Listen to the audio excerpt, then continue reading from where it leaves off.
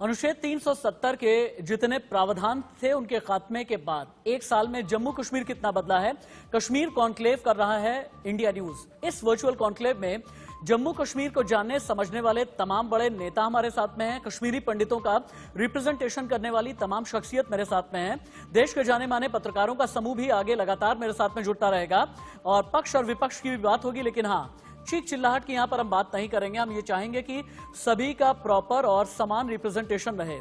Panel लगातार बदलता चला जा रहा है। एक बार पैनल जो भी नया है उसे रीइंट्रोड्यूस कर देता हूं मैं।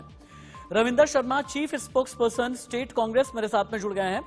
अल्ताफ ठाकुर जी मेरे साथ में हैं, आप बीजेपी के प्रवक्ता हैं। अमित रैना और सुमित पीर कश्मीरी पंडितों का रिप्रेजेंटेशन कर रहे हैं। पीर वकार, आप कश्मीरी एक्टिविस्ट हैं। मेजर जनरल जेकेएस परिहार, डिफेंस एक्सपर्ट, भी मेरे साथ में हैं और मेरे सीनियर कोलीग मनीष अवस्थी लगातार मेरे साथ में जुड़े हुए हैं। रविंदर शर्मा जी, आप मेरे साथ अभी अभी कश्मीर कॉन्क्लेव में जुड़े हैं। पिछले एक घंटे में कई भारतीय जनता पार्टी के नेताओं से हमारी बात हुई है। कविंदर जी से बात हुई, अल्ताफ ठाकुर से बात हुई। इन दोनों का ही ये मानना है कि पिछले एक साल में जम्मू कश्मीर में ऐतिहासिक परिवर्तन हुआ है। वो जगह जहां पर पत्थरबाज नजर आते थे, वहां पर हाथ में कलम और कलम की ताकत को समझने वाले युवा आगे बढ़ने लगे हैं। अलगाववाद की जड़ उखड़ने लगी है। आतंकवाद के समूल नाश की तरफ अब जम्मू कश्मीर आगे बढ़ गया है और जम्मू कश्मीर में एक शांति आती चली जा रही है। लेकिन क्यों कांग्रेस के नेता पी चिदम्बरम को यह लगता है कि यह कब्र की शांति है? पी चिदम्बरम क्यों जॉन ऑफ कैनेडी के इस फ्रेज को याद करते हुए कहते हैं कि जम्मू कश्मीर में अभी कब्र वाली शांति है? जी नमस्कार। देखिए, मैं एक घंटे से आपकी इंतजार में हूं। हालांकि मुझे ना दिखाया गया ना मौका दिया गया। मैंने बीच बीच में कुछ सुना, जनरल परमार साहब को सुना, आशुतोष जी को सुना, सुरेंद्र जी को, कुछ आवाज मुझे क्लियर नहीं थी। तो चलिए, कोई बात नहीं, कोई टेक्निकल प्रॉब्लम होगी। लेकिन एक घंटे से मैं आपके साथ जुड़ा हूं तो दुर्भाग्यपूर्ण है कि मौका नहीं मिला। मैं आपको बताना चाहूंगा कि दावे तो बहुत किए जा सकते हैं, लेकिन एक साल में क्या बदला, क्या हुआ, वो सारा देश देख। आप राजनीतिक तौर पे दावे करें, वो अच्छी बात है, हर पार्टी को करना चाहिए। लेकिन ना खुदा ही मिला ना मसाले सनम, ना इधर के रहे ना उधर के रहे। बताइए, जम्मू कश्मीर आपका पटरी पे नहीं आ रहा। अगर चिदम्बरम साहब ने ये बात कही है, मुझे बताइए कि एक साल से आप एक साल का मुख्यमंत्री, बयानबाजी से क्या होता है? जमहूरियत में अगर बयान नहीं था उससे क्या लगता है? वो तो मुख्यमंत्री थी, आपने उसको बनाया। भारतीय जनता पार्टी ने पहले 2014 में जो बड़ी गलती की कि प्रधानमंत्री जी ने यहाँ आकर के कहा कि बाप बेटी मुफ्ती सईद और उनकी बेटी महबूबा और बाप बेटा फारूक और उमर ने जम्मू कश्मीर का तबाह किया, लूटा है साथ, इनको अगर हटाना काम कर दीजिए। तो आप इस नाम पे वोट लेते हैं। जम्मू का आपने गला फाड़ फाड़ कर कहा क्योंकि ये और उसके बाद 2 महीने के बाद आप उसी के साथ नॉर्थ पोल का तजुर्बा करते हैं। फिर कार में महबूबा कहती है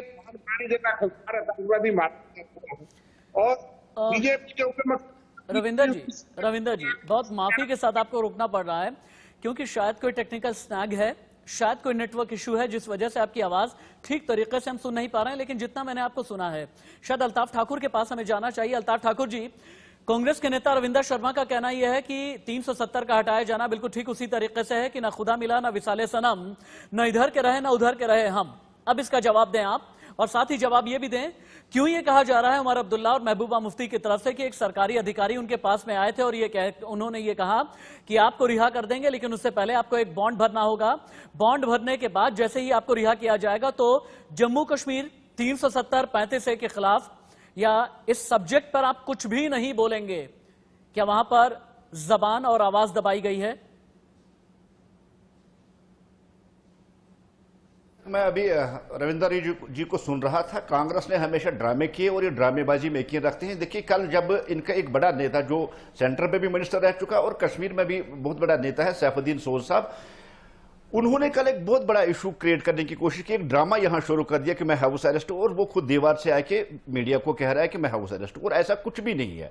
कांग्रेस ने हमेशा झूठी पॉलिटिक्स की, झूठे प्रोपेगेंडा की और झूठा उन्होंने हमेशा इल्जाम लगाए। क्योंकि मैं समझता हूं कांग्रेस वो अपोजिशन पार्टी है जिसको इल्जाम लगाने के सिवा कुछ आता नहीं है। और जहां तक आप कह रहे हैं बांड की बात है, बांड चाहे महबूबा जी का हो, उमर साहब का हो, देखिए किसी को किसी ने बांड नहीं लिया है। एज पर लॉ जिस तरह से उनको ट्रीट करना था उनको ट्रीट किया गया, कितनी किसको डिटर्मिनेशन में रखना था उस हिसाब से किया और उनके स्टेटमेंट उसके बेस पे यहां रखा गया। और मैं जहां तक अभी रविंदर जी बात कह रहे हैं कि ना खुदा ही मिला ना सनम विसाल ही मिला, ऐसी कोई बात नहीं। देखिए रविंदर जी जम्मू कश्मीर के रहने वाले हैं और उन्हें इस बात को तस्लीम करना चाहिए। 5 अगस्त के बाद जो पॉजिटिव चेंज यहां आई है वो सबसे बड़ी पॉजिटिव चेंज यह है कि यहां का गांवों का, देहात का मजदूर, रेडी वाला, एक आम नागरिक जिसको सियासत के साथ कुछ लेना देना नहीं, पॉलिटिक्स का कुछ दूर दूर तक उसको वास्ता नहीं, आज की डेट में वो कह रहा है कि जम्मू कश्मीर में अकाउंटेबिलिटी है, जम्मू कश्मीर में ट्रांसपेरेंसी है। और अभी मैं सुन रहा था अमित जी भी अभी कह रहे थे कि आज जो पॉजिटिव चेंजेस में एक चेंज है कि अब आज करप्शन 2005 से आज तक करप्शन का एक भी मामला नहीं हुआ है, ये सबसे बड़ी पॉजिटिव है। और ये लोगों के जहन में अब घर कर चुकी है कि अब करप्शन के लिए कोई जगह नहीं है और फैमिलीवाद के लिए कोई जगह नहीं। और एक आम कामन कश्मीरी जिस बेचारे को जो दिन मजदूरी करता है, जिसको सियासत के साथ कुछ लेना देना नहीं, उसमें यह भाव आना कि हम सेफ हैं, हम सिक्योर हैं इंडिया के साथ। और आज यहां फैमिलीवाद नहीं हो रहा है, आज यहां करप्शन नहीं हो रहा, आज यहां सुनवाई हो रही है, आज यहां अकाउंटेबिलिटी है, आज यहां ट्रांसपेरेंसी है। ये सबसे बड़ी चेंज है और यही चेंज जम्मू कश्मीर को एक मॉडल रियासत आगे ले जाएगी। क्योंकि लोगों का मेरा ठाकुर साहब से एक सवाल है जनाब, मेरा सवाल आपसे, मैं मनीष अवस्थी बोल रहा हूं, मेरा सवाल आपसे है आत्मनिर्भर कश्मीर कब बनेगा, कब तक दिल्ली की ओर देखता रहेगा? 1 घंटे में मेरा प्रोटेस्ट है, अगर आपको नहीं सुनना है तो मुझे छोड़ दीजिए, मैं टीवी पे आपका डिबेट सुन लेता हूं। नहीं, मैं आपसे नहीं, मैं ठाकुर साहब से बात कर रहा हूं। साहब से नहीं, मैं एंकर साहब से कह रहा हूं। शायद रविंदर जी को जवाब देना, रविंदर जी को रिवर्ट करना चाहते हैं। दो खानदानों ने घोटाले किए हैं। मेरे ख्याल से रविंदर जी को रिवर्ट करना चाहते हैं। जब से सेंट्रल गवर्नमेंट ने यहाँ की तकदीर और तस्वीर बदलने की कोशिश की और जो नफरत की दीवार जो पूरे देश और जम्मू कश्मीर को आपस में बांट रही थी, और जम्मू कश्मीर का आम नागरिक जो अपने ही मुल्क में दूसरे दर्जे का शहरी होकर रहता था, वो दीवार गिर गई है। और जो ये पॉजिटिव चेंज अभी मैं रविंदर जी को लेकर के आते हैं। रविंदर जी शायद अल्ताफ ठाकुर को रिवर्ट करना चाहते हैं। रविंदर जी अल्ताफ ठाकुर को रिवर्ट करना चाहते हैं। रविंदर जी अल्ताफ ठाकुर का यह कहना है कि कांग्रेस पहले भी ड्रामेबाजी करती थी, अभी भी करती है, और अगर 70 साल में कांग्रेस ने ड्रामेबाजी न की होती तो आज जम्मू कश्मीर का यह हाल न होता। रिवर्ट करें। मैंने सुन लिया, मैं अल्ताफ ठाकुर साहब की बात को, उनकी मजबूरी है, वो छोड़िए, मैं उनको नहीं कहूंगा। लेकिन मेरा ये पूछना है कि 1 साल में ये बता दे क्या बदला। सत्यपाल मलिक गवर्नर थे, उन्होंने कहा 100 करोड़ की डील मैंने कैंसिल करवाई, और क्योंकि उन लोगों की रीच बहुत दूर तक थी। आज तक वो लोग बेनकाब क्यों नहीं हुए एडमिनिस्ट्रेशन के अंदर? कौन से बड़े नेता आपके करप्शन में जो लोग थे उन लोगों को क्यों नहीं आपने पकड़ा? आप कश्मीर वादी के अंदर एक परिंदा जो आप पार नहीं मार सकता। सैफुद्दीन सोज 82 साल के आदमी 2 बार कैबिनेट मंत्री रहे, सुप्रीम कोर्ट में सरकार कहती है कि वो रिहा हैं। हमारे सदर जाते हैं, 1 घंटा उनको इंतजार करना पड़ा उनको मिलने के लिए, और आप एक दिन छोड़ के बहन के पास गए और वीडियो बना करके कहना नॉर्मल है। सारी नेशनल मीडिया ने देखा। आज ये हालत सबके लिए। मैं कांग्रेस का मुख्य प्रवक्ता हूं, जम्मू का रहने वाला हूं। जम्मू के कांग्रेस हेडक्वार्टर से मुझे उठा करके लिया गया जब मैंने प्रेस कॉन्फ्रेंस करनी चाहिए 5 अगस्त के बाद। यहाँ की पैंथर पार्टी हालांकि छोटी पार्टी है, लेकिन जम्मू की आवाज वो आर्टिकल 370 की एब्रोकेशन की वकालत करते रहे, स्वागत करते थे। उनके नेता 2 महीने अरेस्ट रहे। जम्मू के हमारे नेता 4-4 महीने हाउस अरेस्ट रहे, वो नेता जो कैबिनेट मिनिस्टर रहे। हमारा सदर गुलाम अहमद मीर जो कश्मीर से रहता है, जम्मू में हाउस अरेस्ट रहा। ये बताना चाहते हैं आपने जम्मू कश्मीर के अवाम के खिलाफ एक फैसला किया और उनको पाबंद करके बंद करके 1 साल के बाद भी आप ये बताना चाहते हैं सबको नॉर्मल है। इसलिए मेरी तो एक ये सारी खुली किताब है कि आज भी आप कोरोना का बहाना आ गया, लेकिन जो चीजें यहाँ पे लोगों को पसंद नहीं है, आप जम्मू कश्मीर के लोगों का दिल जीतने की कोशिश करिए। पूरे देश विदेश को प्रचार करके मत सुनाइए। पाकिस्तान के नेबरिंग स्टेट, मुस्लिम स्टेट जम्मू कश्मीर, उस वक्त की लीडरशिप, उसमें हमारे हरि सिंह या जनरल पवार साहब कुछ कह रहे थे कि वो फैसला नहीं कर पाए, लेकिन हमें भूलना नहीं चाहिए कि उसमें पंडित जवाहरलाल नेहरू और शेख मोहम्मद अब्दुल्ला ने उठाए हैं। रविंदर जी आपने कई सवाल उठाए हैं। पंडित नेहरू और शेख मोहम्मद अब्दुल्ला ने हिंदुस्तान के साथ फैसला किया, पाकिस्तान को, जिन्ना को, गुडेशन थ्योरी को रिजेक्ट किया। और आज उस कश्मीरी को हम सारे देशद्रोही कहते हैं। आज वो कश्मीरी जो 80% वोट देता रहा, अगर 5 या 10% लोग अलगाववादी आतंकवादी थे, उनके साथ हम सब मुकाबला करते थे। ओके सर, जो सरपंच मारा गया अजय भारती, वो हमारी पार्टी का कई था। सवाल उठाए, मेरे ख्याल से आप मौका दीजिए कि अल्ताफ जी आपकी बातों का जवाब दें। अल्ताफ जी बातों का जवाब तो दीजिए ही, लेकिन अल्ताफ जी रविंदर जी की बातों में कई चीजों में सच्चाई है। मेरी बात सुनिएगा अल्ताफ जी, मेरी बात सुनिएगा अल्ताफ जी, मेरी बात सुने अल्ताफ जी, मेरी बात सुने अल्ताफ जी, मेरी बात सुने। 144 नाबालिगों समेत 6,605 राजनीतिक लोग हिरासत में लिए गए। मैं रिपीट कर रहा हूं, 144 नाबालिगों समेत 6,605 राजनीतिक लोग हिरासत में लिए गए। महबूबा मुफ्ती जैसे अभी भी कैद में हैं। कठोर पब्लिक सेफ्टी एक्ट का 444 केसों में इस्तेमाल किया गया। क्या वाकई में ऐसी जरूरत थी? क्या वाकई में ऐसी जरूरत थी कि अतिरिक्त 38,000 जवानों को जम्मू कश्मीर में फ्लैग मार्च करा दिया जाए? सर, क्या वाकई में ऐसी जरूरत थी? और हालात कमोबेश अभी भी वैसे ही बने हैं। अल्ताफ जी जवाब दें। देखिए सबसे पहले मैं रविंदर जी की बात पे आता हूं। यहां न मेरी मर्जी चलती है, न रविंदर जी की मर्जी चलती है। देश का संविधान, देश की सेफ्टी सर्वप्रथम है। जहां देश की सिक्योरिटी हो वहां कोई कंप्रोमाइज नहीं हो सकता। जहां आज आप कह रहे हैं कि इतने लोगों को बंद कर दिया गया, मुझे बता दीजिए, जहां आपके स्टेटमेंट्स में देशद्रोही की बू आती है, जहां आपके स्टेटमेंट्स आपकी सिक्योरिटी के लिए थ्रेट है, आपकी लॉ एंड ऑर्डर की प्रॉब्लम है, आप उस महबूबा जी की बात करें जो महबूबा स्टूडेंट पेल्टर उसको हीरो करार देती है। आप उस महबूबा जी की बात कर रहे हैं जो कहती है कि अगर 370 हाथ क्या पूरा जिस्म ही उठ जाएगा। आप उस महबूबा जी बात कीजिए। कहीं ना कहीं अगर कानून ने इनको अपनी गिरफ्त में रखा, डिटेनेशन में रखा, तो इनके स्टेटमेंट्स को लेकर कहीं ना कहीं गवर्नमेंट को ये अप्रीहेंशन थी कि ये नेता फिर वही उसी अमल पे आ जाएंगे जो स्टूडेंट बिल्डिंग ये करवाते थे। आप देखिए जो 5 अगस्त के बाद सिंगल कहीं स्टूडेंट बिल्डिंग का एक वाका भी नहीं हुआ और कोई एक किलिंग भी नहीं हुई। किस वजह से? जब ये नेता बंद रहे, यही स्टूडेंट बिल्डिंग को यहां बढ़ावा देते थे और इसी के लिए इनको बंद रखा गया। और जहां तक अभी रविंदर जी बात कह रहे हैं कि सैफुद्दीन सूद को मिलने, मुझे बताइए, रविंदर जी खुद जानते हैं, महबूबा जी मानती, उमर साहब मानते, फारूक साहब मानते, सजाद लोन साहब मानते, उनकी तरफ से कोई वीडियो सरफेस पे नहीं आया, कोई स्टेटमेंट नहीं आया, क्योंकि वो डेटिनेशन में थे। अब सैफुद्दीन सूद साहब ड्रामा नहीं करे और क्या करे? अगर वो डेटिनेशन में, अगर वो कैद में है, उनके वीडियो कैसे आते हैं, उनके स्टेटमेंट्स कैसे आते हैं, वो इंटरव्यू कैसे मीडिया को देते हैं? मुझे रविंदर जी इस बात का जवाब दीजिए। आजाद कर दीजिए, सारी दुनिया को दिखाइए कि वो आजाद है। ठीक है, ओके, ठीक है। एक साल से अब आप रविंदर जी, अगर सैफुद्दीन सूद साहब कैद में है, मुझे बताइए दीवार पे आके नहीं है वीडियो बीजेपी से थोड़ा आगे निकल करके चलते हैं। रविंदर जी आप रुक जाए। रविंदर जी कांग्रेस वर्सेस बीजेपी, भले ही मैं इस कॉन्क्लेव को नहीं रखना चाहता, क्योंकि मेरी इस डिबेट में, मेरे इस कॉन्क्लेव में रिप्रेजेंटेशन के लिए और बाकी भी तबके हैं। इरफान हफीज लोन भी मेरे साथ में जुड़े हैं। इरफान हफीज लोन, क्या आप तक मेरी आवाज आ रही है? कश्मीरी एक्टिविस्ट हैं इरफान हफीज लोन।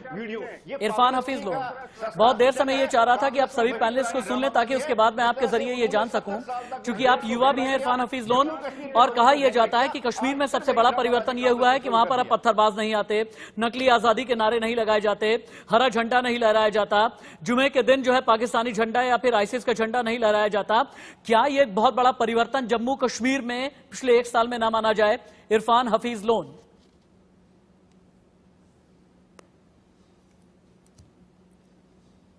इरफान हफीज लोन, सुन पा रहे हैं आप मुझे? चलिए, इरफान तक मेरी आवाज नहीं जा पा रही है, लेकिन रविंदर शर्मा जी, जो बात अभी अल्ताफ जी कर रहे थे, आप बहुत क्विक रिबटल दें, उसके बाद बाकी लोगों के पास में जाता हूं मैं। आपने जम्मू के वो नेता जिन्होंने, क्योंकि वो बीजेपी के खिलाफ पार्टियां हैं, जिन्होंने भी कहा कि हम तो 370 के तोड़ने के हक में नहीं थे पूरी तरह से। आप जो चीजें, जो सेक्शन रह गई थी, उसके लिए अगर मशावरत करते, डिबेट करते, शायद कुछ चीजें जो तरमीम होनी चाहिए थी उस पर अमल होता, उस पर सहमति होती। लेकिन जो पार्टियां जम्मू के अंदर भारतीय जनता पार्टी के साथ ये खड़ी थी कि 370 को तोड़ा जाए, उन लोगों को भी 4-4 महीने इन्होंने हाउस अरेस्ट रखा, अभी भी बोलने नहीं देते। इसलिए डेमोक्रेसी को बहाल करिए। इलेक्शन कब करवाएंगे वो छोड़ दीजिए, लेकिन जम्मू कश्मीर में 80% कश्मीर के लोग जो हिंदुस्तान के साथ खड़े हुए 47 में, हर आदमी आतंकवादी नहीं है, हर पाकिस्तानी नहीं है, हर आदमी अलगाववादी नहीं है। सबको ये भाषा मत करिए। आप नेशनल चैनल हैं। मैं यहां से ये कहना चाहूंगा कि कश्मीरवादी के अंदर आज गुस्सा है, गम है। जो लोग जिन्होंने देश की जमहूरियत जिन्होंने आतंकवादी के हाथों अपने साथी खोए। आप भूल गए मकबूल शेरबानी, जिसने पाकिस्तान के उन लोगों को गुमराह किया और उनको कश्मीर की टोकरी में, इसलिए कश्मीर ये जो की भाषा टोकरी बोलते हैं में भारतीय अगर एक जनता पार्टी खराब के साथी, अलगाववादी है तो वो इसलिए पूरी जो टोकरी हर के आप फलों को कश्मीरी खराब कर रहा है, कहेंगे तो ये पूरी दुर्भाग्यपूर्ण टोकरी के फलों को खराब कर रहा कश्मीर है। में कोई नाराजगी नहीं है आज के डेट में, कश्मीर के कोई नाराजगी नहीं। आज कश्मीर ये का आम साहब नागरिक भी ये आपको देख रहा है कि आज एक भी सुनवाई आदमी हो बाहर रही नहीं है, निकल रहा। आज सुनवाई हो रही है। कोई नाराज, डेमोक्रेसी है, राइट टू स्पीक राइट आज भी है। यही डेमोक्रेसी की मिसाल आपके सामने है कि सैफुद्दीन सोज जैसे लोग अब ड्रामाबाजी पे उतर आए। ओके ठीक है, वापस लौट करके हर एक बात सैफुद्दीन सोज पर आ रही है। मैं इससे थोड़ा सा आगे निकलता हूँ। इरफान हफीज लोन जुड़ गए हैं क्या मेरे साथ? इरफान हफीज लोन, अगर आप तक आवाज आ रही हो आप एक बार हाथ उठाएं ताकि मैं आपसे सवाल करूं। इरफान हफीज लोन, इरफान हफीज लोन, अगर आप तक मेरी आवाज जा रही हो तो मैं एक चीज ये पूछना चाहूंगा कि पिछले 70 साल में कश्मीर का सवाल दो शब्दों के बीच ही रह गया था। एक शब्द है जमहूरियत और दूसरा है कश्मीरियत। कहा यह जाता था कि जो चैलेंज है ना, कश्मीरियत से जमहूरियत तक जाता है, जमहूरियत से कश्मीरियत तक आता है, और इन्हीं सब के बीच में आजादी के नारे लगा करते थे, इन्हीं सब के बीच में पाकिस्तानी झंडा लहराया जाता था, जुमे के दिन आईसिस का झंडा लहराया जाता था, पत्थरबाजी की जाती थी, स्टोन पेल्टर्स आगे आते थे। क्या पिछले एक साल में इन सभी से निजात मिलना कश्मीर को एक नए युग की तरफ लेकर के गया है?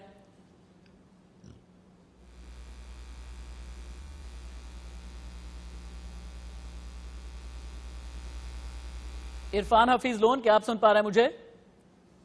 चलिए, इरफान हफीज लोन तक मेरी आवाज नहीं जा पा रही है, लेकिन मेरे ख्याल से हमें सुमित पीर के पास में चलना चाहिए। बहुत देर से हम लोग सुमित पीर के पास गए नहीं है। सुमित पीर, 19 जनवरी 1990 की वो रात, या यूं कहें कि 19 जनवरी 1990 का वो पूरा 24 घंटा आप सभी के जहन में ताजा होगा, बल्कि आपसे कहीं ज्यादा आपके जो पिता या दादा होंगे उनके जहन में आज भी जिंदा होगा। वो एक दर्द है, वो एक सिहरन है। क्या उस सिहरन से कश्मीरी पंडित आगे निकले या नहीं, ये तो मेरा सवाल लगातार आपसे है ही। लेकिन चूंकि यूपीए सरकार की तरफ से बीच में कोशिश ये की गई थी कि जमीन दी जाए, नौकरी भी दी जाए, लेकिन उससे आगे कश्मीरी पंडित कभी बढ़ नहीं पाए। पिछले एक साल में स्थिति में परिवर्तन आया है क्या?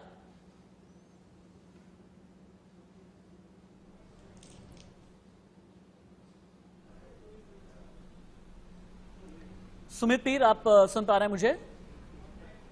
चलिए, सुमित पीर तक भी आवाज नहीं जा रही, इरफान हफीज लोन तक भी आवाज नहीं जा रही। अपने ऑडियो इंजीनियर से मेरी गुजारिश है कि इसे ठीक करें प्लीज, अगर हो सके बहुत जल्दी ठीक करें। अमित रैना, अगर यही सवाल मैं आपसे करूं तो? पर आपकी थोड़ी कम आ रही थी, मैंने आपका सामान समझ पाया हूँ। सर देखिए, एक प्रोसेस है, इसको शुरू करने के लिए 370 और 35A का जाना जरूरी है। राशि जी, आप एक बात समझिए, 30 साल पहले भी कश्मीरी पंडित वहां रह रहे थे, अच्छे से रह रहे थे। ये जो पाकिस्तान के एजेंट और उनका स्पॉन्सर किया हुआ आतंकवाद है, जो वहां का एक सेक्युलर फैब्रिक था, जो पिछले कई हजारों सालों से चल रहा था, उसको उसने ध्वस्त किया है। ये एक ISI की साजिश थी, जिसका अनफॉर्चुनेटली कश्मीरी पंडितों और कश्मीरी हिंदुओं को सबसे ज्यादा खमियाजा उतरना पड़ा।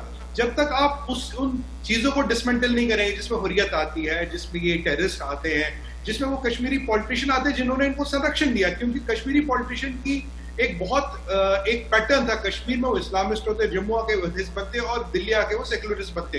कोई भी पिछले 30 साल का वीडियो उठाइए, उन्होंने कश्मीर को पे कब्जा कर रखा था अपने पॉलिटिकल गेन्स के लिए। अब वो गए, नई प्रक्रिया आई है, कश्मीर को मेन स्ट्रीम में लाना, राशिद भाई। और ये देखिए, 42,000 लोग मर चुके पिछले 30 साल में कश्मीर में, जिसमें 10,000 तो फौजी है। कब तक ये सब चलेगा? और मरने वाला कश्मीरी है। मेरी तकलीफ उससे है भाई, पंडित तो निकल गया, आपने तो उसको भगा दिया, पर जो वहां मर रहा है वो तो हमारे मुसलमान भाई है, वो मर रहे हैं। यूथ कौन सा है, कौन लोग मर रहे हैं? फौजी मर रहे हैं, मुसलमान मर रहे हैं। ये कब तक चलेगा सर? इसको रोकना पड़ेगा, पीस को मौका देना पड़ेगा। 370 एक ऑप्शन है जिससे उनको मेन स्ट्रीम में लाना पड़ेगा। क्योंकि जो एक लड़का पैदा होता है आज से 15 साल 20 साल पहले, जो आज 22 साल 23 साल का जवान है, उसने हमेशा लड़ाई, क्लाशनिकोव, बम और धमाके देखे हैं। उसने प्रॉस्पेरिटी कहाँ देखी है, उसने वो संपन्नता कहाँ देखी, उसको वो दिखानी पड़ेगी। हमारा दर्द हमारे सीने में, और जब तक हम वहां वापस नहीं जाके नहीं बसेंगे, वो दर्द रहेगा। राशिद भाई, 5 चीजें मांगना चाहता हूँ अमित राणा इस कॉन्क्लेव को एक बड़े कैनवास पर लेकर के गए हैं। मेरे ख्याल से मुझे मनीष अवस्थी के पास में जाना होगा, क्योंकि एक ब्रेक ले रहे हैं। ब्रेक के बाद मैं मनीष अवस्थी के पास में जाऊंगा, क्योंकि अमित रैना जिस कैनवास पर इस पूरी डिबेट को लेकर के गए हैं, वो कैनवास ये कहता है कि क्या पाकिस्तानी फोर्सेस या पाकिस्तान की आईएसआई या पाकिस्तान की जमहूरी सरकार जिस तरह का षड्यंत्र करती रही है जम्मू कश्मीर वालों के खिलाफ या जम्मू कश्मीर में रह करके भारत के खिलाफ, क्या उसमें किसी भी तरह से कोई कमी आई है या फिर नहीं, या आगे अगर उसमें कमी लेकर के आना है तो फिर क्या किया जाएगा? क्योंकि जम्मू कश्मीर में अगर आतंकवाद पनपता है तो उसके पीछे खाद पानी अंतिम पड़ाव पर आना चाह रहा था। और एक बार पैनल को ओपन कर दिया जाए। अपने पीसीआर के कुलीग से मेरी गुजारिश है और मैं मनीष अवस्थी के पास में जाऊंगा। मनीष, पाकिस्तान के कानों पर अगर जूं रेंगती है तो एक के वर्ड से, जो हमेशा से रहा है पिछले 70 साल का इतिहास। पाकिस्तान की अगर दुखती रग कुछ है तो वह है के वर्ड यानी कश्मीर। इमरान खान को आज की तारीख में अगर कोई आंदोलन याद आता है तो कश्मीर के नाम का याद आता है। और इमरान खान ने यह कहा है कि 5 अगस्त को पीओके की तरफ आएंगे और वहां पर आकर के जनता को संबोधित करेंगे। यानी पाकिस्तान को मिर्ची भी लग रही है, पाकिस्तान को कांटा भी चुभा है, लेकिन जम्मू कश्मीर से पाकिस्तान का कांटा कैसे निकलेगा? क्योंकि अलगाववाद को पनपने के लिए अगर कोई जिम्मेदार है तो पाकिस्तान है, आतंकवादियों को पालने पोसने के लिए अगर कोई जिम्मेदार तो पाकिस्तान। कश्मीर और कश्मीरियत को पाकिस्तान से छुटकारा कब? मुझे ऐसा लगता है राशिद, आपके इस सवाल का जवाब केवल 2 लाइनों में हो सकता है और वो ये, ख्वाबों ख्यालों में सोचा भी न था कि धूप भी खिलेगी छांव में।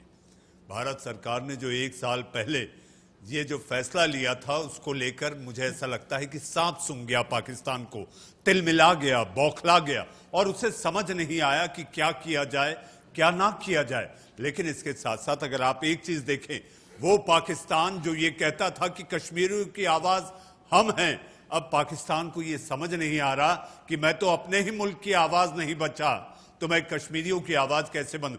हमारे साथ जनरल बैठे हुए हैं, रिटायर्ड मेजर जनरल जेके परिहार साहब कश्मीर के इलाकों में हमेशा से रहे हैं, उन्होंने काम किया। कुछ देर में जुड़ेंगे राशिद हमारे साथ, लेकिन हमारे साथ पैनल में और भी लोग हैं। पैनल में हमारे साथ अल्ताफ ठाकुर साहब हैं, अमित रैना हैं और उसके साथ साथ शर्मा साहब जो कि कांग्रेस के प्रवक्ता हैं।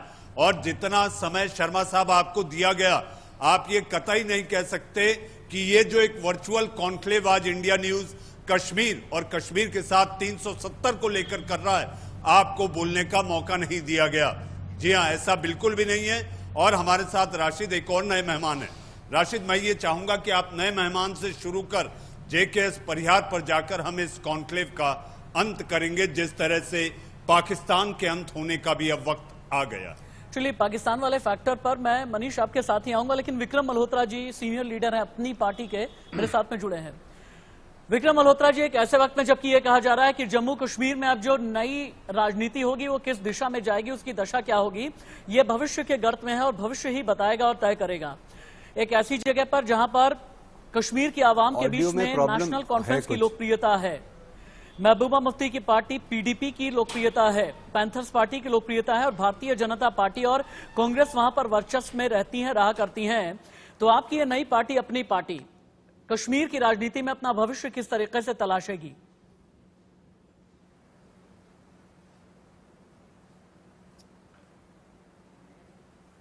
हेलो विक्रम मल्होत्रा जी, क्या सुन पा रहे हैं आप मुझे? विक्रम मल्होत्रा, क्या आप तक आवाज आ रही मेरी? अब मैं सुन पा रहा हूं, आप सवाल रिपीट करेंगे? मेरा सवाल यह है कि कश्मीर की नई राजनीति में अपनी पार्टी को आप कहां पर देखते हैं? देखिए, जहां तक अपनी पार्टी का सवाल है, जम्मू कश्मीर की राजनीति जो है उसमें एक अहम भूमिका ये निभाएगी आने वाले समय में, क्योंकि इसका गठन जो हुआ है वो इसी सोच को लेके हुआ है कि 370 के जाने के बाद जब बाकी सारी पार्टियां मातम मना रही थी और आगे बढ़ के आगे चलने के लिए तैयार नहीं थी, और जब 370 का मामला अभी सुप्रीम कोर्ट में है, उसके बावजूद वो आगे बढ़ने के लिए लोगों के मसाइल जो हैं उनको सामने लाने के लिए जो दिक्कतें थी लोगों को, और इसके लिए वो कोई भी पार्टी आगे नहीं आ रही थी। और अपनी पार्टी के लोग जो इकट्ठा हुए वो इसीलिए हुए कि जो हमारी स्टेटहुड है, जो हमारे 5 अगस्त को जो फैसला लिया गया था जिसमें 370 और 35 से हटाया गया था, और उसके साथ साथ जो हमारी पहचान थी वो भी हमसे छीन ली गई थी, और उसको वापस लाने के लिए, उस पर संघर्ष करने के लिए, और हमारे बच्चों के, जम्मू कश्मीर के बच्चों के जो डोमिसाइल राइट्स हैं, जो जॉब्स के राइट्स हैं, जो हमारे किसान, खेत मजदूर, उनकी ज़मीनों के राइट्स हैं, उनके तहफ़्फ़ुज़ के लिए एक आवाज़ बने जो आगे जाए, जो एक लोगों की आवाज़ बन के आगे निकले। इसीलिए जम्मू कश्मीर अपनी पार्टी का गठन हुआ था। और मुझे लगता है कि आज जब हम एक साल देखते हैं पीछे कि 370 जाने से क्या खोया क्या पाया, मुझे लगता है कि इस सारी प्रक्रिया में जम्मू कश्मीर के लोगों ने अभी तक खोया ही खोया है, क्योंकि जो वादे किए गए थे जिस तरह से केंद्र सरकार की तरफ से, वो मुझे लगता है हवा में ही रहे, अभी तक जमीन पे क्रियान्वित होने का उनको वो नहीं हो पाए। ठीक है, आपका ये कहना है। मेरे ख्याल से अल्ताफ ठाकुर जी, आपको जम्मू कश्मीर अपनी पार्टी के जो नेता हैं विक्रम मल्होत्रा, उन्हें जवाब देना चाहिए। विक्रम मल्होत्रा का ये कहना है कि जितने भी वादे किए गए थे, जितने भी दावे किए गए थे, अभी भी हवा हवाई हैं, अभी भी ठीक तरीके से अंजाम तक पहुंचे नहीं हैं। और दूसरी एक बात और भी मैं कहना चाहूंगा, जम्मू कश्मीर की राजनीति में एक तरीके का रेडिकलिज्म रहा था, चाहे वो नेशनल कॉन्फ्रेंस की राजनीति हो, चाहे वो पीडीपी की राजनीति रही हो। क्या ये माना जाए कि आने वाले दिनों में जो जम्मू कश्मीर की राजनीति होगी, उसमें से चरम पंथ खत्म होगा या फिर हाशिए पर जाएगा? अगर जाएगा तो गारंटी कैसे मिलेगी?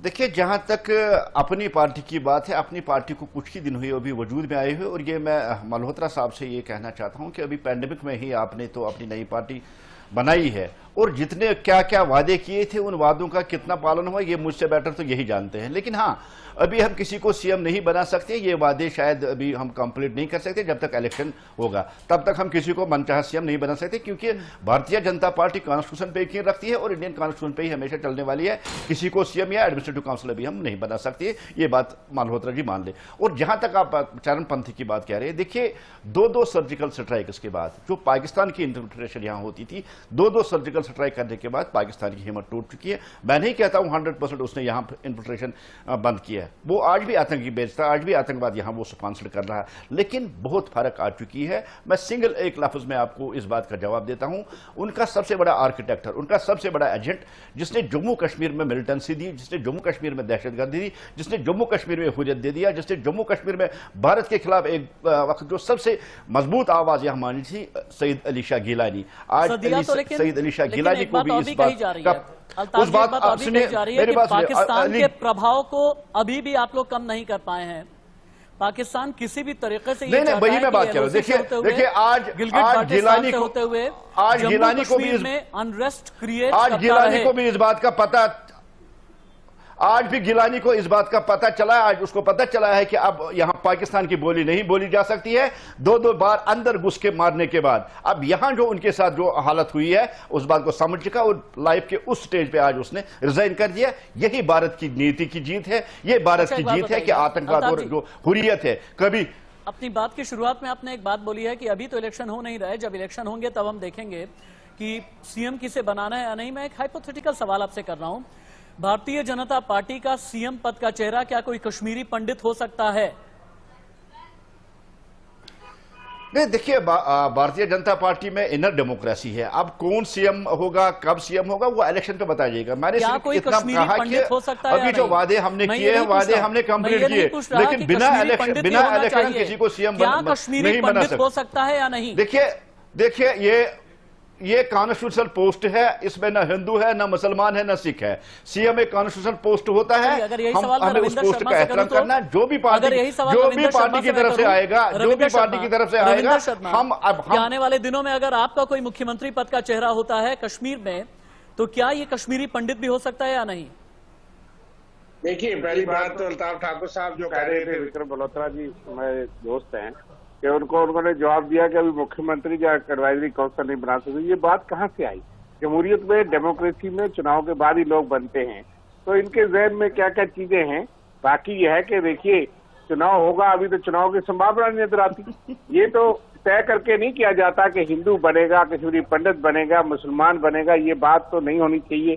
यहाँ मुस्लिम मेजॉरिटी जम्मू कश्मीर रियासत है, तो जो भी होगा। जी, मेरा सवाल यह है, क्या कश्मीरी पंडित भी संभावितों में हो सकते हैं या फिर नहीं?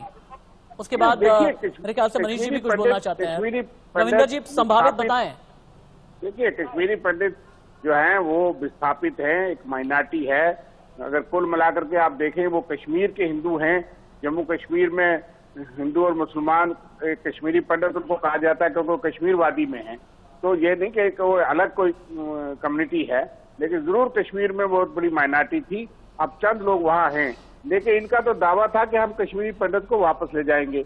6.5 साल तो थे ये जो ट्रांजिट कॉलोनी जो बनाई थी कांग्रेस पार्टी ने, जो 2008 में मनमोहन सिंह ने पैकेज दिया था, पिछले वक्त में आपने बात की रिजर्वेशन की, 100% रविंदर जी, हम कश्मीरी पंडितों को वापस ला रहे हैं। हमारे कम से कम हमारे दौर में तो इनको यहाँ भगाया नहीं गया, हम वापस ला रहे हैं, हम वही कोशिश कर रहे हैं, हम वापस ला रहे हैं और वापस लेके आएंगे, क्योंकि कश्मीर भारतीय जनता पार्टी का मानना है कि कश्मीर के बगैर इनकम्प्लीट है, हम ला रहे हैं। गुलिस्तान में एक फूल हमसे खो गया, हम उसको वापस ला रहे हैं। इनकार नहीं कर सकते सर, हम वापस ला रहे हैं, वापस ला रहे हैं। पंडितों को आप इस बात को तस्लीम कीजिए, वापस ला रहे हैं। मेरे ख्याल से राजनीति की बात है तो मुझे वापस ला रहे हैं, बीच में लाना चाहिए। कश्मीरी पंडितों को वापस ला रहे हैं। मनीष जी, मैं कमेंट मनीष जी, हमारी पंडित के नाम पर, कश्मीरी पंडित के नाम पर कश्मीरी पंडितों को दोनों ही वापस ला रहे ज्यादा हैं। एप्रीहेंसिव और हमने कश्मीरी पंडित शुरू की भी। मनीष आज जी, देखिए कश्मीरी पंडित सीएम फेस हो या नहीं, पॉइंट सरपंच और कितने कश्मीरी पंडित आज यहाँ के कॉर्पोरेटर काउंसिलर्स हैं। हम कोशिश कर रहे हैं। आप जिन कश्मीरी पंडितों को लाने की बात कर रहे हैं, अल्ताफ जी, आप जिन कश्मीरी पंडितों को लाने की बात कर रहे हैं, हमारे साथ आज 2 कश्मीरी पंडित हमारे साथ इस पैनल पे थे, एक अब भी बने हुए हैं, अमित रैना। उनको अभी ये लगता है कि आपके जो भी प्रयास हैं, रहना बीती जाए। देखिए, ऐसी बात नहीं है, हम प्रतिबद्ध है, हम वादाबद्ध है, हम कश्मीरी पंडितों को ला रहे हैं, ये हमारी प्रमुखता है और हमारी प्रायोरिटी है। देखिए, अभी अजय जी का जो शहीद हुआ है, उसमें भी एक साजिश के तहत उनको किया कि जब हमने प्रोसेस यहां से शुरू की थी कि ताकि कश्मीरी पंडित यहां खौफ और दहशत फैले वो बचे, लेकिन हमने कोशिश की। आज देखिए कितने कॉर्पोरेटर्स, कितने पंच, कितने सरपंच, कितने काउंसिलर्स आज कश्मीरी पंडित हैं। हमने कोशिश शुरू की है और हम कश्मीरी पंडितों को कश्मीर में बसा के ही दम लेंगे। अमित रैना जी, इनके बगैर अमित रैना जी, कश्मीर का मुसलमान चाहता है कि हम कश्मीर का मुसलमान चाहता है कि कश्मीरी पंडित यहां बसे। बीजेपी के प्रवक्ता का ये सीधे कहना है, आपको खुश होना चाहिए, 1 साल 2 दिन बाद पूरा होने वाला है। अमित रैना जी, मैं अपनी लाइन वापस लेता हूं, ये कहते हुए रहना बीती जाए वाली बात नहीं है।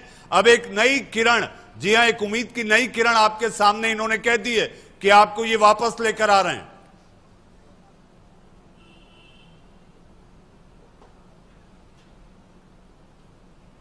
से है कि अगर हम वापस जाएंगे, किसी के शासनकाल में वापस जाएंगे, तो शायद मोदी सरकार के शासनकाल से ही उम्मीद है। मगर जो मैं पहले भी बात कर रहा था कि ब्लूप्रिंट, रोड मैप, वो अभी तक नहीं है। क्यों नहीं है, क्या कारण है, ये तो अल्ताफ जी बता सकते हैं, सरकार बता सकती है। मगर जब तक अभी तक बात हो रही थी कि कश्मीरी पंडित वापस क्यों नहीं जा रहा है, आपने पिछले 6 साल में कश्मीरी पंडित जाति संहार को जाति संहार कहा ही नहीं। आपने सिर्फ यासीन मलिक के, जब आपने उसको अरेस्ट किया तो बोला कि कश्मीरी पंडित जेनोसाइड में इसका हाथ है, मगर आपने उस जेनोसाइड को ऑफिशियली एक्नॉलेज नहीं किया। अगर आप उसको एक्नॉलेज करते हैं तो उसके जो रिवर्सल के स्टेप्स होते हैं वो इंप्लीमेंट नहीं कर रहे हैं आपने, वो आपको करने पड़ेंगे। कश्मीरी पंडित भेड़ नहीं है कि आपने कहा चलो हम हाँक के वापस ले जाए, आपको न्याय प्रक्रिया शुरू करनी पड़ेगी। जो 30 साल में एक कन्विक्शन नहीं हुई है वो करनी पड़ेगी। यासीन मलिक आज भी बंद है, तो केस की प्रोग्रेस कहां है ये हम सब जानते हैं। आपने बिट्टा कराटे, जिसने 40 हिंदुओं को खून किया, एडमिट करता है पब्लिकली, उसका क्या किया, उसको आपने हवाला में बंद कर रखा है। तो जब तक एक न्याय प्रक्रिया नहीं शुरू होगी, जब तक मुझे नहीं लगता कि कश्मीर में मुझे न्याय मिलेगा, तब तक मैं नहीं जाऊंगा। तो आपको वो प्रक्रिया शुरू करनी पड़ेगी, वो पहला स्टेप है हमारे वापस जाने का। उसके बाद रोड मैप दीजिए। अल्ताफ जी, ये तो बहुत ही अजीब सी बात है, पैनलिस्ट एक कश्मीरी पंडित यहाँ पर बैठे हुए हैं, उनमें वो सेंस ऑफ सिक्योरिटी है ही नहीं। उनका ये कहना है कि जब तक मुझमें सेंस ऑफ सिक्योरिटी नहीं आएगी तब तक मैं वापस कश्मीर कैसे जाऊंगा, ये उनका कहना है। देखिए, ये उनका कहना है, जिनके पुरखों ने होलोकॉस्ट देखा है, जिनके पुरखों ने नरसंहार देखा है, जिनके पुरखों ने 19 जनवरी 2020 की तारीख, 19 जनवरी 1990 की तारीख देखी है। देखिए राशिद जी, सबसे बड़ा रोड मैप है वो रोड मैप है यहाँ जम्मू कश्मीर के लोग जो चाहते हैं कि पंडित यहाँ वापस आ जाए और हमारे साथ घुल मिल जाए। और जहां तक आपने बात की, देखिए यासीन मलिक को पिछले 30 साल में किसी ने हाथ नहीं डाला। हमने यासीन मलिक को उसके गुनाह की सजा दी कि हमने बंद कर दिया। बिटकराटे जैसे कातिल जिसने 40 से ज्यादा कश्मीरी पंडितों को शहीद किया, उसको हमने बंद करके रखा। हमने हर उस आदमी को बंद करके रखा। और एक प्रोसेस जो लॉ की प्रोसेस चलती है, लंबी चलती है। मैं आपको वादा करता हूं जिसने भी गुनाह किए उस गुनाहों की सजा उनको मिलेगी। और मैं एक बार फिर अपने लफ्ज दोहराता हूं, कश्मीरी पंडितों को कश्मीर लाना उसके लिए हम प्रतिबंध है, क्योंकि कश्मीर इनके बगैर इनकम्प्लीट है और कश्मीर का मुसलमान इनके बगैर तो ये बात हो गई। यहां से कैनवास और बड़ा करता हूं मैं, कश्मीरी पंडितों के अलावा मैं बाकियों की भी बात करता हूं। क्यों ये कहा जा रहा है कि मानवाधिकारों का उल्लंघन किया जा रहा है? क्यों ये किया जा रहा है कि क्योंकि अभी तक जम्मू कश्मीर पुनर्गठन कानून की संवैधानिकता अभी भी क्यों सवालों के घेरे में है? 4G सेवाओं की शुरुआत अभी भी करने की हिम्मत क्यों नहीं हो पाई? महबूबा मुफ्ती जैसों को छोड़ने की हिम्मत अभी तक भी क्यों नहीं हो पाई? ये सब कुछ सवाल हैं जो बहुत ही ज्यादा जरूरी हैं। 6000 से ज्यादा लोगों को हिरासत में लिया गया है। इनमें से हजारों लोग अभी भी नजरबंदी या फिर हिरासत में हैं। अगर जम्मू कश्मीर में सब कुछ ठीक है, इनकी रिहाई फिर क्यों नहीं की गई है सर? देखिए, हालात को ठीक करने के लिए ऐसे लोगों को बंद रखना पड़ता है। उसमें ज्यादा से ज्यादा जो तादाद है वो सिटून पेल्टर्स की है, सिटून पेल्टर्स की। और जहां तक आप बात कर रहे 4G की बात कर रहे, देखिए मेरी प्रमुखता इस वक्त 4G नहीं, मेरी प्रमुखता इस वक्त वेंटिलेटर्स है, बेटर मेडिसिन है, कोविड सेंटर्स है। 4G से ना मेरा इलाज हो सकता है, 4G से ना मेरा पेट भर सकता है, ये मेरी प्रमुखता है। और जहां तक महबूबा जी की आप बात करें, देखिए महबूबा जी सिटून पेल्टर उसको हीरो करार देती है। महबूबा जी कहती है हाथ नहीं पूरा जिस्म बारूद से उठ जाएगा, इंडिया नेशनल फ्लैग को उठाने के लायक कोई कंधा ही नहीं रहेगा, क्योंकि खुली चेतावनी थी, ब्लैकमेलिंग थी, धमकी थी और कानून ने अपने हिसाब से कार्रवाई की है। अब कब तक कानून उसको बंद रखे कि ये कानून और मैं कॉन्क्लेव के बिल्कुल अंतिम दौर की तरफ बढ़ रहा हूं, इसलिए विक्रम मल्होत्रा से मेरा एक सवाल होगा। विक्रम मल्होत्रा, आपको क्या लगता है कि पिछले 1 साल में, अगर मैं ये कहूं थोड़ा है बहुत की जरूरत है, क्या मिला है और क्या नहीं मिला, आपको क्या लगता है वो 4 चीजें क्या हैं जो कि मिली हैं, और वो 4 चीजें क्या हैं जो कि आगे आने वाले दिनों में जल्दी ही जम्मू कश्मीर को मिलनी चाहिए? देखिए, जो 4 चीजें मैं संक्षेप में जवाब दूंगा। जो 4 चीजें मिली हैं उसमें आप ये मान सकते हैं कि 370 के जाने के बाद जो लोग डिप्राइव्ड थे, जैसे वेस्ट पाकिस्तानी रिफ्यूजीज थे, वाल्मीकिज थे, गोरखा समाज के लोग थे, उनको नागरिकता मिली है, उनको सम्मान मिला है, उनके बच्चों को न्याय मिला है। ठीक है। और जो एक निशान एक प्रधान की बात करते थे, वो भी देश के साथ जुड़ के अब आज हमारा एक ही निशान है और एक ही हमारा झंडा है, एक ही संविधान है। सो ये चीजें हमने पाई हैं, पर उसके साथ साथ जो हमने खोया है, हमने अपनी पहचान खोई है, हमने अपनी स्टेट खोई है, और उसके जो वादे किए गए थे कि जैसे ही 370 टूटेगी, जम्मू कश्मीर में विकास की नदियां बहेंगी, यहाँ इन्वेस्टमेंट आएगी और नौकरियां मिलेंगी। इस वक्त आपको रोकेंगे विक्रम जी, इस वक्त आपको रोकेंगे, आपके पराक्रम की दाद देते हैं। आपने एक नई पार्टी बनाई है। इस वक्त हमारे साथ एसपी वैद्य साहब जी, आप जम्मू कश्मीर के पूर्व पुलिस महानिदेशक हैं, आप जुड़ चुके हैं और आपके नाम में वैद्य है। अगर जम्मू कश्मीर में शांति आनी है तो आप ही उसके वैद्य रहें कि शांति बहाली कैसे की जाए। वैद्य साहब, 2 दिन बाद 1 साल पूरे होंगे उस ऐतिहासिक घटना को। आपकी नजर में कश्मीर कैसा दिखाई देता है? मैं समझता हूँ सिक्योरिटी फ्रंट में हालात बेहतर हो रहे हैं। और अगर आप देखें, रिक्रूटमेंट जो लोकल टेररिस्ट की है वो 30-40% कम हो गई है। आप देखें, इन्फिल्ट्रेशन कम हुई है, जिसका मतलब है हमारी फौज और बीएसएफ बॉर्डर पे सतर्क है। आप देखें, स्टोन पेल्टिंग इंसिडेंट्स कम हो गए हैं और टेररिस्ट इंसिडेंट कम हुए हैं। तो एक लिहाज से जो इसके पैरामीटर्स हैं उससे इंडिकेशन तो आती है हालात बेहतर हैं, फोर्सेस अपना काम अच्छी तरह से कर रही हैं। लेकिन मैं इसमें 2-3 चीजें ऐड करना चाहता हूं कि एक, हमने कश्मीर को पॉलिटिकली, कॉन्स्टिट्यूशनली और लीगली इंटीग्रेट किया, बट मैं समझता हूं इमोशनली भी इंटीग्रेट करना जरूरी है। उसके लिए हमें कदम लेने चाहिए। कश्मीर का हर आदमी, हर शहरी और हर जवान बच्चा अपना फ्यूचर देखे, वहाँ उनको जॉब्स मिले, उनको अच्छी इंफ्रास्ट्रक्चर डेवलपमेंट हो और हर एक को कुछ न कुछ करने को हो, टूरिज्म फ्लोरिश करे। ये सारी डेवलपमेंट की जो वायदे किए थे वो अब ऑन ग्राउंड दिखने चाहिए। अभी तक उसका इतना असर नहीं है कोविड की वजह से, लेकिन आगे वो मैं समझता हूँ होना चाहिए उससे। एसपी वैद जी, लेकिन ऐसा क्यों है कि जो सरकारी आंकड़े बोल रहे हैं या जम्मू कश्मीर के डीजीपी जो बात कहते हैं, आंकड़ों से उलट सच्चाई या हकीकत कुछ और ही हो जाती है।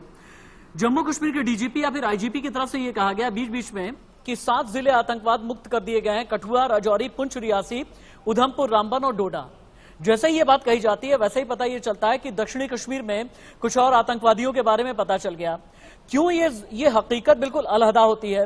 गृह मंत्रालय की रिपोर्ट कहती है कि 370 हटने के बाद आतंकवाद की घटनाओं में करीब 36% की गिरावट आई है, लेकिन वहां पर लश्कर तोयबा अभी तक एक्टिव था, अलकायदा की भी एक्टिविटी नजर आई थी, जैश भी वहां पर एक्टिव था, लेकिन एक नया फ्रंट अब खुलने लगा है आतंकवादियों का जिसका नाम है TRF। ऐसा क्यों है फिर?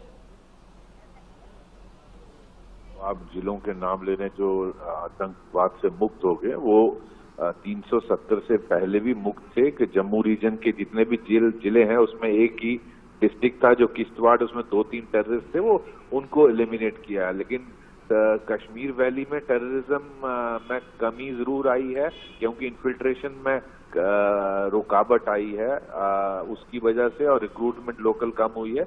इसका मतलब नहीं है कि टेररिज्म खत्म हो गया कश्मीर में, और साउथ कश्मीर में अभी भी काफी टेररिस्ट हैं और ये ऑपरेशंस कंटिन्यू करने चाहिए।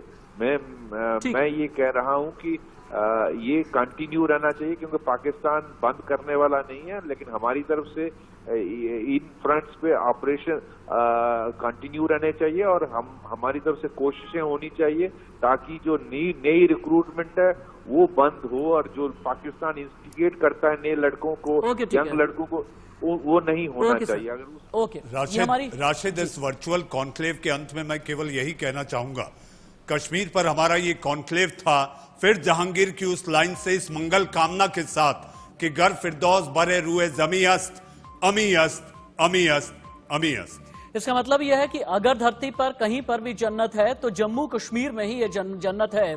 और कश्मीर के डल झील का पानी भी बहुत कुछ इसी बात को बयां करता है। कहते हैं कि पिछले कई सालों में इसमें गाद आ गई थी, लेकिन पिछले 1 साल में काफी हद तक सफाई हुई है। जम्मू कश्मीर की भी इसी तरीके की सफाई पिछले 1 साल में हुई है। और कश्मीर के बारे में एक बात कहते हैं कि कश्मीरियत और जमहूरियत के बीच इसकी जो किस्मत है पिछले 1 साल में काफी हद तक बदली तो है। आप सभी मेहमानों का मेरे साथ रहने के लिए शुक्रिया। रविंदर शर्मा जी, विक्रम मल्होत्रा जी, एसपी वैद जी, अल्ताफ ठाकुर, अमित रैना, सुमित पीर वकार, मेजर जनरल JKS परिहार, ललित अंबरदार, इरफान हफीज लोन और कविंदर गुप्ता जी, और मनीष जी आपका ही बहुत बहुत धन्यवाद मेरे साथ रहने के लिए।